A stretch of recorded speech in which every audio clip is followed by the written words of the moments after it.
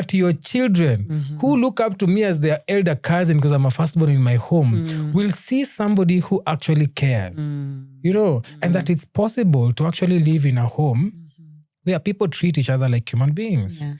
So after all that, post-election happens, 2007. And now I'm turning 18, I'm finishing my Form 4. And, you know, that violence that rocked this country shook the continent, not just Kenya.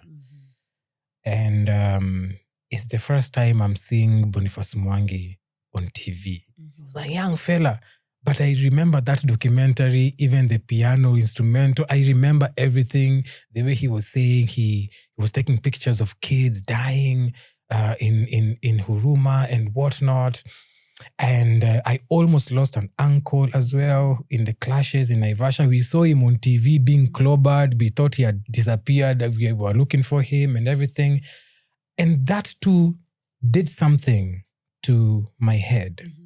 Now, the figures of authority who are sort of, like presidential candidates were men. They're always men. And I'm starting to look at how, government oppression is it's mirroring the oppression in my home.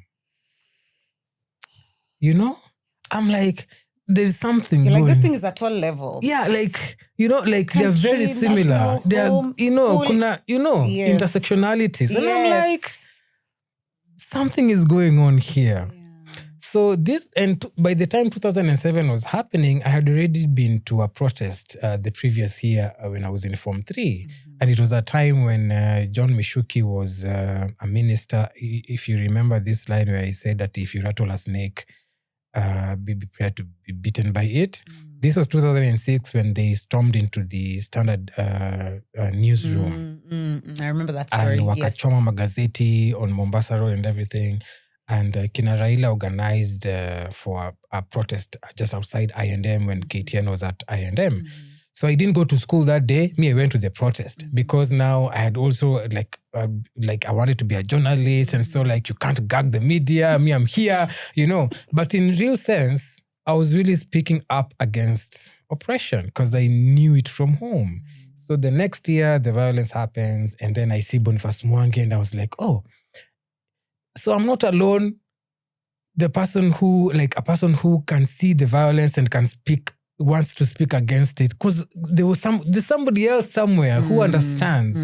And not in my wildest dreams did I ever think I would ever meet Boniface. But then I keep telling, you doing this documentary validated me a lot as a teenager, And so by that time I was already writing poetry. I was doing music and I was rapping and all about oppression and violence and whatnot. And, one thing led to the other. And by the time I was, say, 28, I fell into depression again and became public with it. And why did you choose to go public with it? So I had already been writing about my life around domestic violence and whatnot. So I wasn't afraid of speaking up. I was already speaking up. In fact, for me, when I discover something about myself, I like sharing. Yeah, so I just wrote it, But by the time then also, writing has been the safe space for me since I was a teenager. So I felt like if I don't say something, I might harm myself because I was thinking of suicide. Then I put out this long Facebook post and it went viral in early 2017. That's one of the pivotal moments that also changed my life in my own journey with masculinity, because then I'm learning for the first time, people are carrying a lot of shame around mental health. 100%. I didn't know that. 100%. Both women and men, but I feel more so men. Yeah, I didn't know that. It's not a world I was into. Then now I start connecting the dots, because now when I got into therapy, connecting the dots around the violence I was witnessing and experiencing as a child with my mental health issues. Like, something is going on here. I don't have this education. What can I do? I'm trying to look for African stories around mental health. There was barely anything. We had a wonderful lady here called Sitawa Wafula who was doing some mental health advocacy at the time. But she felt like she was just one person in the sea of, silence, Which can be very isolating. Exactly. Yeah. Those first advocates really had it rough.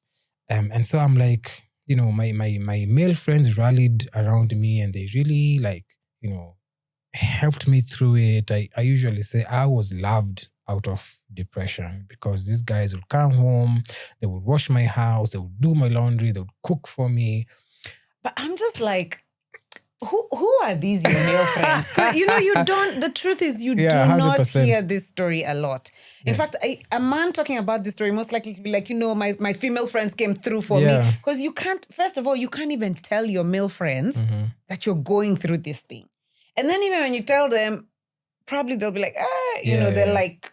Yeah. So I'm just like, because I've told you this before, I have nephews who I love dearly and they're younger. And I'm like,